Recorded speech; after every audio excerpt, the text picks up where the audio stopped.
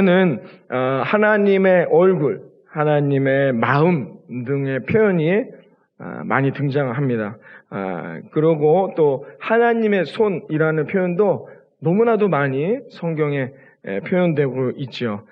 여러분, 손의 역할이 얼마나 중요한지 제가 따로 설명드리지 않더라도 여러분 다 아실 겁니다. 그래서 성경에서도 하나님이 역사하시는 그 은혜를 손이라고 많이 표현했다는 것이죠. 인간의 존재성을 설명할 때 많이 쓰는 단어들 가운데에 이 손이 꼭 들어간다는 것입니다. 호모 사피엔스, 뭡니까? 인간은 생각하는 존재라는 거죠. 그렇죠? 호모 파버라는 단어가 있습니다. 인간은 뭐예요? 물건을 만들 줄 아는 존재라는 거예요. 이렇게 인간에 대해서 표현하는데요. 이런 표현도 있습니다. 호모 바빌리스, 뭡니까? 인간은 손을 쓸 줄 아는 존재라는 겁니다.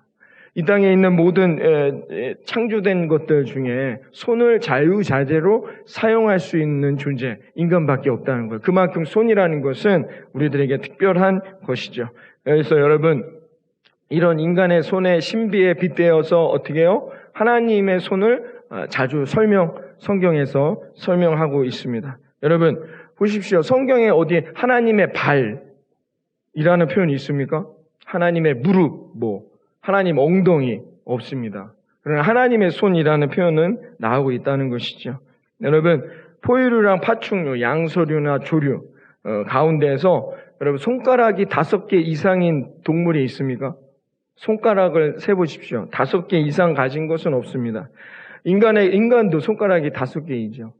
그 중에 엄지, 여러분 이 엄지손가락, 이 손가락 하나는 아주 작아 보이지만 이 손가락 하나가 여러분 이 시대와 역사를 만들어가는 것이죠.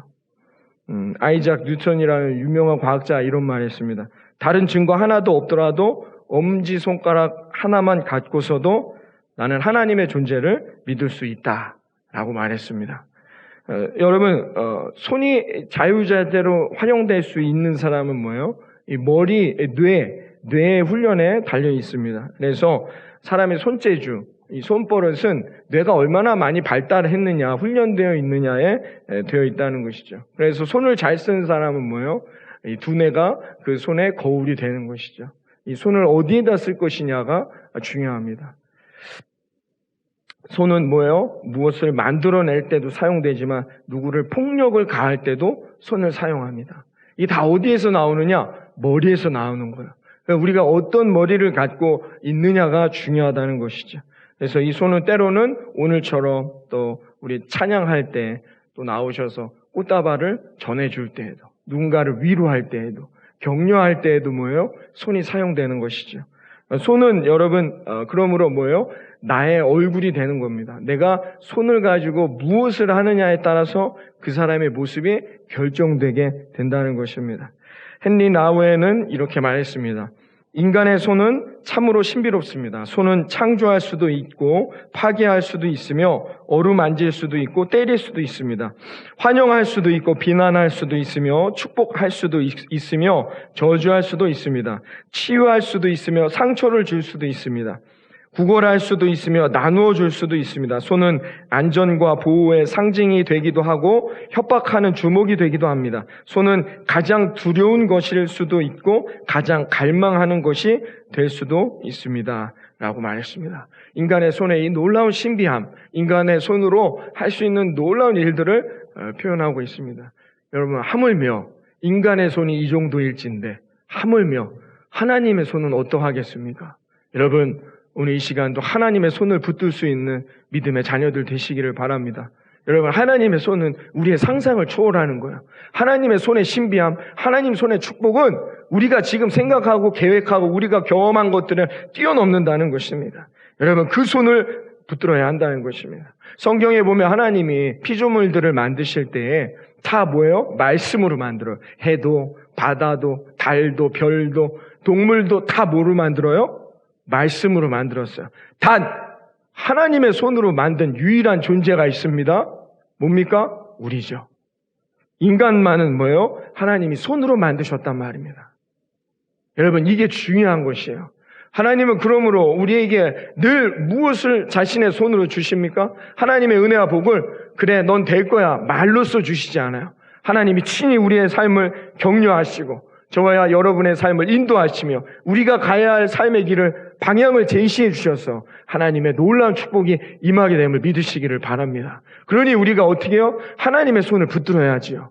세상의 손을 붙드는 게 아니라 하나님의 손을 붙들고 오늘도 이 한 주간 하나님의 믿음 가운데 달려나아갈 수 있어야 한다는 것입니다. 브루스 윌킨스는 야베스의 기도라는 책에서 그래서 이렇게 말했어요. 하나님의 손은 하나님의 백성들 속에 살아계시는 하나님의 임재와 능력을 묘사하는 성경의 표현이다 라고 말했습니다. 하나님의 손이라는 것은 하나님의 역사인 것입니다. 하나님의 능력인 것입니다. 하나님의 기적이 되는 것입니다. 여러분, 이 성경이 가르치고 있는 이 하나님의 손, 이 하나님의 손이 오늘도 저와 여러분의 삶에 임재하여 주셔서 이 한 주간 놀라운 하나님의 축복의 계획들이 현실화되어지는, 성취되어져 나아가는 은혜를 경험하는 저와 여러분 되어지길 이 아침 주님의 이름으로 축원합니다. 여러분, 렘브란트라는 사람이 그린 탕자의 귀향이라는 그림이 있습니다. 거기에 보면은 하나님으로 묘사되는 한 인물이 이 탕자를 안아줍니다. 이렇게 안아줄 때에 렘브란트가 이 손을 한 손은 남자의 손으로, 한 손은 여자의 손으로 그려놨어요. 하나님은 이런 존재라는 것을 표현한 것이죠. 어떤 존재냐? 하나님은 뭐예요? 우리에게 진노하실 수도 있는 손이 있어요. 또 하나님은 우리를 격려하시고 위로하시고 사랑하고 축복해 주실 수 있는 손이 있다는 것이죠. 하나님의 손은 두 가지가 함께 병행한다는 것입니다. 하나님이 손을 펼 때에는 여러분 놀라운 역사도 임하지만 모두 임한다고요? 심판, 하나님의 진노도 임한다는 걸 우리가 오늘 본문을 통해서 깨달을 수 있게 된다는 것이죠.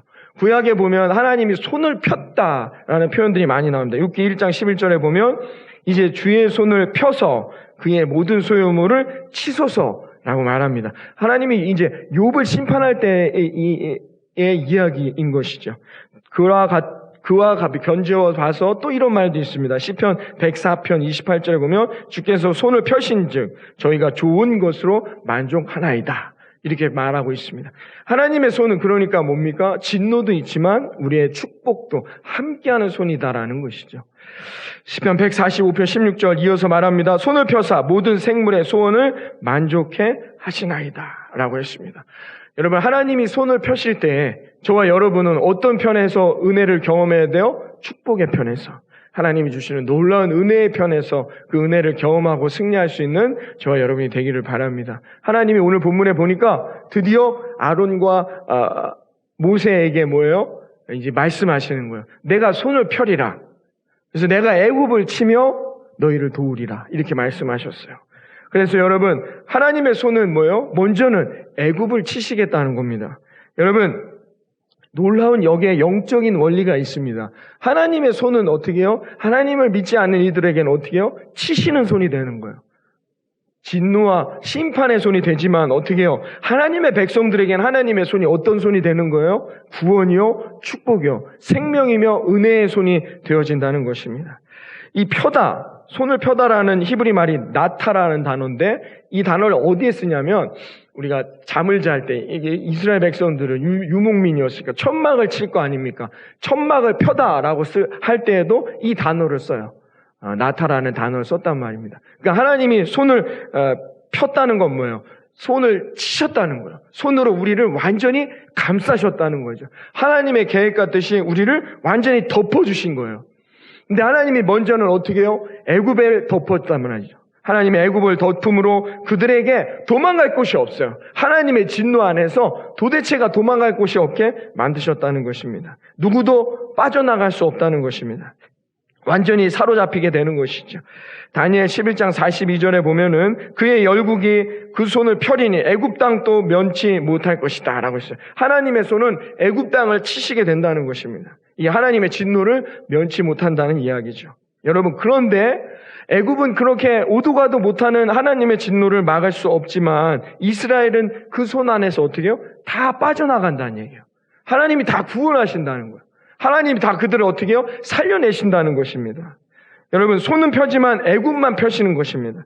여러분, 결국은 애국은 하나님의 손에 의해 심판받지만 이스라엘이라는 나라와 민족은 어떻게 해요? 하나님의 손에 의해 구원을 받게 된다는 놀라운 이 영적인 원리가 오늘 이 짧은 글 안에 들어있게 되는 것입니다. 여러분 기드온을 보세요. 하나님이 기드온에게 이스라엘 백성들을 구원할 리더로 세우려고 합니다. 부르시죠. 그때 기드온이 어떻게 해요? 그러면 당신이 하나님이라는 표적을 나한테 좀 보여달라라고 말하죠. 그랬더니 하나님이 어떻게 하십니까? 그럼 내가 어떻게 해주기를 원하냐? 근데 기드온이 어떻게 말합니까? 이 밤사이에 하나님의 역사, 하나님이시라면 불가능한 조건을 내세우는 겁니다. 뭐냐면, 이 양털은 젖게 하시고 그 옆에 있는 땅은 젖지 않게 하십시오. 밤사이에. 당신이 하나님이시라면 그렇게 해주세요. 그랬더니 그날 밤이 지나고 났더니 어떻게 해요? 양털은 젖었지만 그 옆에 있는 땅은 말랐어요. 됐느냐 했더니 기드온이 어떻게 해요? 한 번만 더 해봅시다. 이번엔 땅은 젖게 하시고 양털은 젖지 않게 해주세요. 그날 밤에 어떻게 해요? 하나님이 양털은 젖지 않게 하시고 땅은 젖게 하셨다는 것입니다. 여러분, 하나님께서는 하신다 하면 얼마든지 하실 수 있는 것입니다. 하나님께서 손을 피지만 그 손 안에서 애굽은 골라 치시고 이스라엘 백성은 골라 구원하신다는 거예요. 하나님은 젖게도 하지만 젖지 않게도 하시는 분이 누구다? 하나님이시라는 겁니다. 이 짧은 글 안에 놀라운 하나님의 역사가 있는 것입니다. 여러분, 여러분 이 말씀을 오늘 깨달으셔야 합니다. 마태복음 24장 40절 이하 이렇게 말합니다. 두 사람이 밭에 가서 같이 밭을 매지만 누구는 데려감을 당하고 누구는 거기서 지옥에 떨어진다는 거예요. 한 명은 데려감을 당하지만 한 명은 버려둠을 당한다는 것입니다. 여러분, 하나님께서는 하나님의 역사는 이와 같다는 거예요. 하나님의 나라는 이와 같은 거예요. 하나님 나라의 구원의 역사는 이와 같은 겁니다. 다 구원받는 게 아닙니다. 여러분, 이걸 깨달아야 된다는 거예요. 다 하나님의 은혜와 사랑 가운데 우리가 다 구원받고 하나님 앞에 데려감을 얻는 게 아니라는 거죠. 하나님 나라의 원리는 뭐냐? 하나님이 선택하시는 거예요. 목사님, 왜 이스라엘입니까? 그건 안 나와 있어요. 왜 하필이면 기드온입니까? 왜 하필이면 여호수아입니까? 우리 여호수아서를 새벽에 살펴보지만 그건 안 나와 있어요. 왜 하필이면 라합이냔 말이에요. 그 답은 나와요. 그게 하나님의 원리인 거예요. 하나님의 계획이라는 것입니다. 중요한 것은 무엇이냐? 하나님이 선택하실 때 우리가 상의 자리에 있을 것이냐, 벌 받는 자리에 있을 것이냐는 우리가 선택할 수 있다는 거예요. 그냥 하나님의 원리는 뭐냐? 그와 같다는 것이죠. 그러므로 우리가 어떻게 해요? 하나님의 승리의 손에 들어갈 수 있는 저와 여러분이 되기를 바랍니다. 여러분, 믿음이 충만해야 합니다. 여러분, 오늘 이 말씀을 듣고 우리가 깨어 기도하며 하나님의 손을 붙들고 달려갈 수 있는 믿음의 자녀들이 되어야 한다는 거예요. 여전히 그냥 내 마음대로 내 뜻대로 살아가는 인생은 어떻게 해요? 하나님의 손을 붙잡되 심판의 손을 붙잡는 거예요. 벌받는 손을 붙잡게 되는 것이다라는 겁니다. 우리가 그냥 아무 생각 없이 세상에 휩쓸려 사단의 유혹 앞에 휩쓸려 살아가게 되면 우리는 어쩔 수 없는 거예요. 사단의 계획이 얼마나 철저한지 새벽에 살펴보았죠? 제가 자꾸 새벽 예배에 말씀을 드리는 이유가 있습니다. 나오셔서 말씀을 들으시라는 거예요. 여러분, 그래야 깨달아야 된다는 거예요. 사탄의 계획은 그냥 듬성듬성 그냥 대충 하는 게 사탄이 아닙니다. 사탄의 계획은 철저한 것이에요. 때로는 우리를 공격하기도 하고 때로는 우리에게 어떻게 해요? 좋은 말로 넌 잘하고 있어 라는 말로 오기도 한다는 거예요. 그러므로 여러분, 이런 세상 가운데 휩쓸려서 나는 지금 하나님의 손을 붙잡고 있는 것 같지만 그게 실상은 사탄의 손이 될 수 있다는 것입니다. 깨어 기도해야 한다는 것이죠. 그게 하나님 나라의 원리라는 거예요. 오늘 이 짧은 글 안에 하나님이 손을 피신다 말합니다. 애굽은 심판하지만 내가 너희는 구원하리라 라고 말씀했어요. 어린 양의 보혈을 바르지 않은 이스라엘 민족, 이스라엘 백성도 죽었어요. 잘 깨달으셔야 합니다. 여기서 말하는 이스라엘 민족이라는 것은 어떤 혈연, 민족성을 말하는 게 아닙니다. 믿음의 사람들을 말하는 것입니다. 어린 양의 피를 바르라, 문설주에 바르라, 그 말씀에 순종하여 그 지방 문설주에 피를 바르는 자는 구원을 얻는다는 얘기예요. 이스라엘 민족이 구원받는다는 어떤 혈연성을 말하는 게 아니란 말입니다. 여러분, 하나님의 계획에 여러분 순종하여 그 계획에 우리가 지금 자칫 이해하지 못할 계획이라 할지라도 여러분, 하나님이 순종하고 읽어라, 기도해라, 선포하라, 그 말씀에 순종하며 달려가는 인생에게 반드시 하나님의 기적의 역사가 임하게 될 것을 믿습니다. 이게 하나님의 성경이 우리에게 말해주는 하나님의 우리의 구원의 원리란 말입니다. 뭘 좀 말씀드리면 못하겠습니다. 안 하겠습니다. 하지 마세요. 여러분이 하나님의 은혜, 하나님의 구원을 걷어차는 겁니다. 문설주에 피를 바르라는데도 이걸 내가 지금 발라야 되나? 피는 냄새가 많이 나는데 이러고 있단 말입니다. 뭘 얘기를 하면은. 그러면 여러분의 인생의 구원의 역사, 하나님의 은혜의 역사는 사라지게 되는 거예요. 저랑 아무 상관이 없습니다. 제 안타까운 말씀에 드리는 거죠. 여러분들이 기왕 하나님을 믿을 거, 여러분 심판의 손을 붙들겠습니까? 구원의 손을 붙들겠습니까? 하나님의 구원의 손을 붙들고 여러분 하나님의 그 놀라운 계획들이 이루어지는 저와 여러분의 삶이 되기를 바랍니다. 하나님의 계획은 어느 정도래요? 성경이 내 머리털 하나하나까지도 이미 다 세고 계획하시는 하나님이라고 말씀하지 않습니까? 여러분, 여러분의 삶에 기도의 제목들 있으시죠? 답답한 문제들 있으시죠? 어떻게 해야 될지 모르잖아요. 그러나 하나님은 이미 세세하게 내일 몇 날 며칠에 몇 시에 누구를 만나야 될 계획까지도 이미 하나님은 세세하게 준비하고 계시는 하나님임을 믿으시고 여러분 그 하나님의 손을 붙들고 다시 일어나 승리의 면류관을 쓸어 나아가는 저와 여러분 되기를 바랍니다. 그냥 약속으로만 끝나는 게 아니라 하나님의 축복의 말씀이 내 삶에 현실화되는, 그래서 정말로 나만 구원받는 게 아니라 내 가족들, 내 친척들, 라합의 믿음을 보십시오. 나만 구원받는 것이 아니라 모든 가족들, 모든 사람들에게도 구원을 얻을 수 있는 이 믿음으로 하나님의 손을 붙들고 달려갈 수 있는 저와 여러분 되기를 주님의 이름으로 축복합니다. 여러분, 하나님께서 피신 손으로 어떻게 해요? 이스라엘을 인도하셨어요. 하나님의 손을 펴야 우리의 삶에 평안이 오는 거야. 하나님의 계획이 내게 임해야 어떻게 해요? 내 인생에 축복의 열매가 맺어지게 된다는 것입니다. 먼 훗날 이스라엘 백성들이 이렇게 고백합니다. 신명기 1장 31절에 광야에서도 너희가 당하였거니와 사람이 자기 이름 아들을 아음같이 너희 하나님 여호와께서 너희의 행로 중에 너희를 아느사 이곳까지 이르게 하셨느니라. 할렐루야. 이스라엘 백성들의 고백입니다. 하나님이 어떻게 했대요? 우리를 안아주셨다는 거예요. 하나님이 그 광야에서 하나님의 손으로 이들을 도왔는데 그 고백이 뭐예요? 하나님이 나를 안아주셨다. 얼마나 평안한 고백입니까? 얼마나 행복한 고백입니까?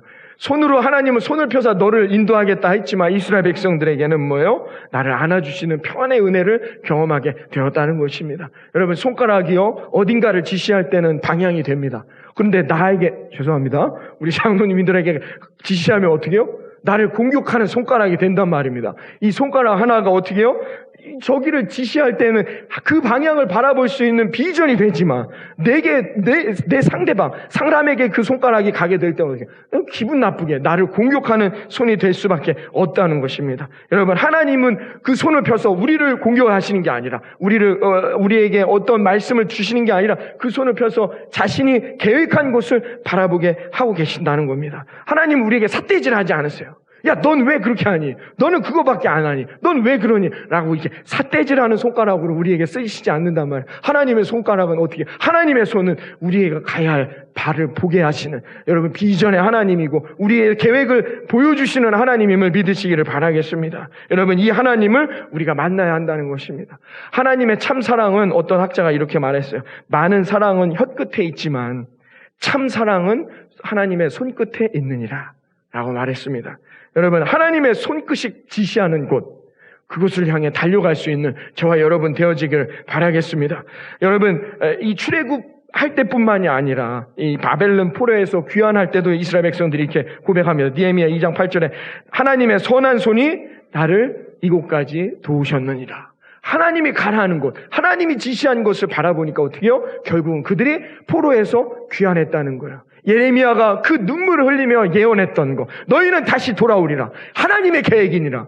그 말씀 하나 붙들고 그들이 어떻게 해요? 수십 년 동안의 노예 생활 가운데 말씀을 붙들며 기도하며 믿음으로 지켰더니 결국은 하나님이 그 지시했던 곳으로 이들을 보내셨단 말입니다. 이스라엘 백성들, 가나안에 들어가는 것이 하나님의 계획입니다. 그들이 지키지 못하고 순종치 못하니까 광야에서 고생했지만 그들이 어떻게 해요? 다시 결단하고 여호수아와 함께 하나님 말씀에 순종해서 걸어갔더니 그들이 어떻게 해요?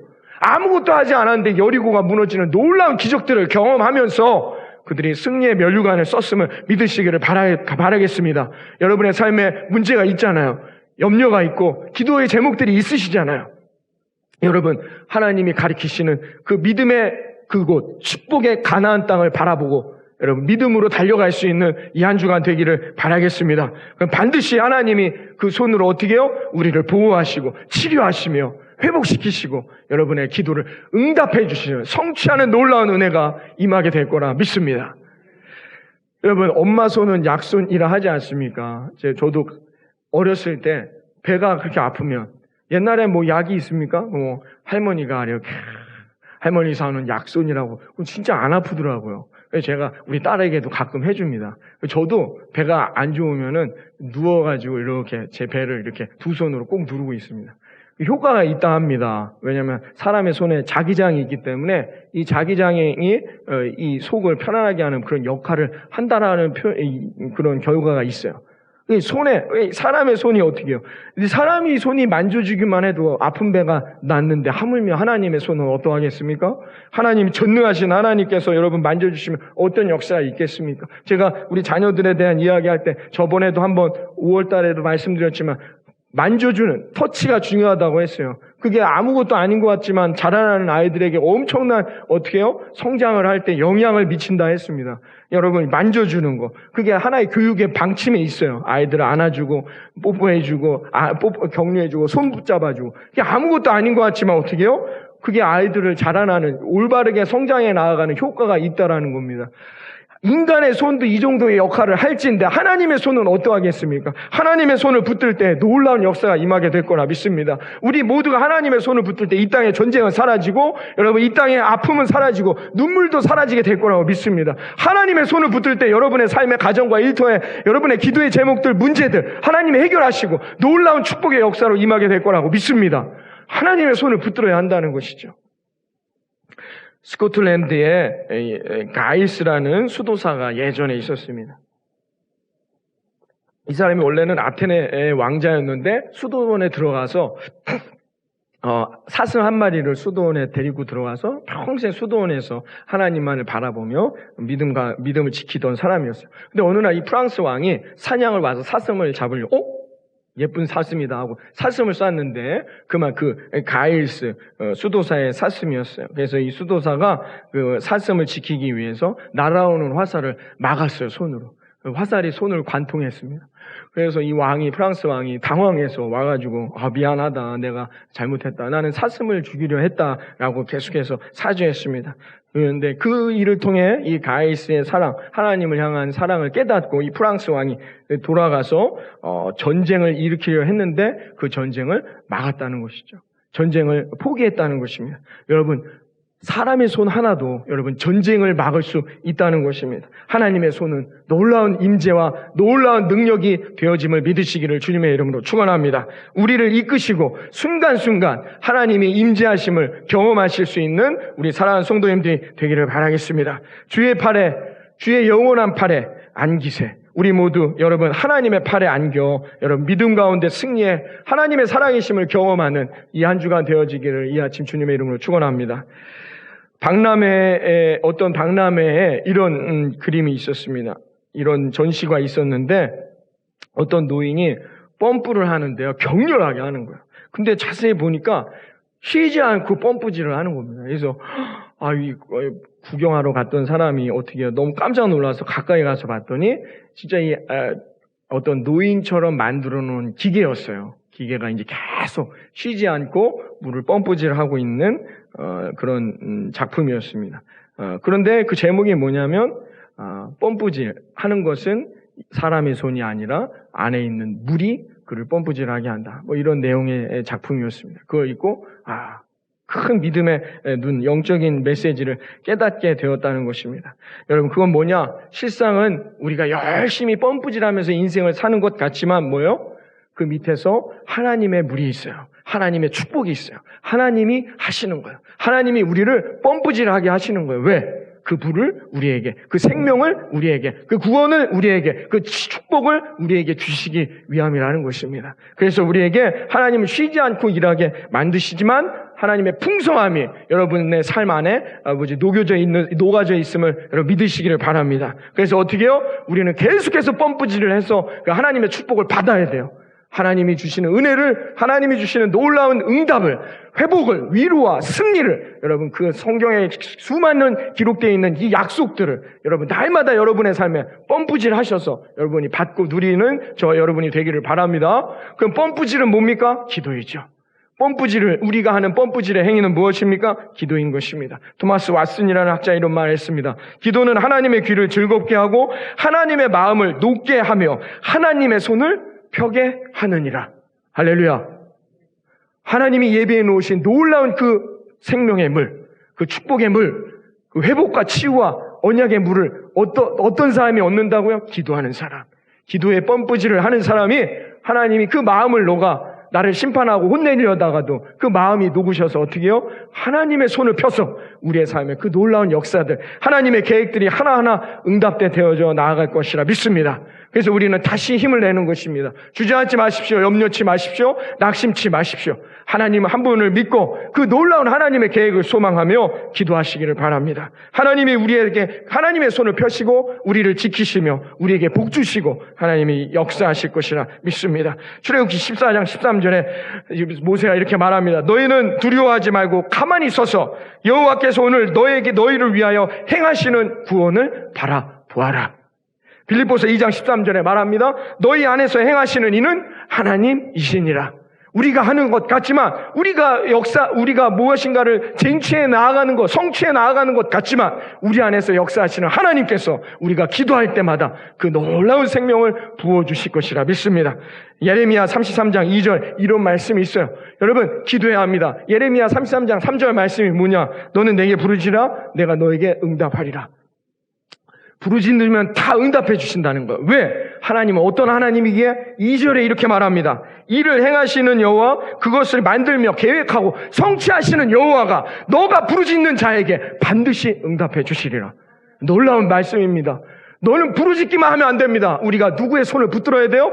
이 일을 준비하고 계획하시며 성취하시는 전능하신 하나님, 그 하나님 한 분을 붙들고 여러분 믿음 가운데 선포하며 달려갈 때마다 하나님의 계획이 이 한 주간도 내게 응답될 것을 믿습니다. 미리 믿음으로 고백하며 나아갈 때마다 하나님의 그 약속의 말씀들이 하나하나 저와 여러분 삶 가운데 임하시고 어디를 가든지 하나님의 역사가 함께하는 이 한 주간 되기를 이 아침 주님의 이름으로 축원합니다. 하나님 아버지 감사합니다. 두려워하지 않고 당당히 서서 하나님 전능하신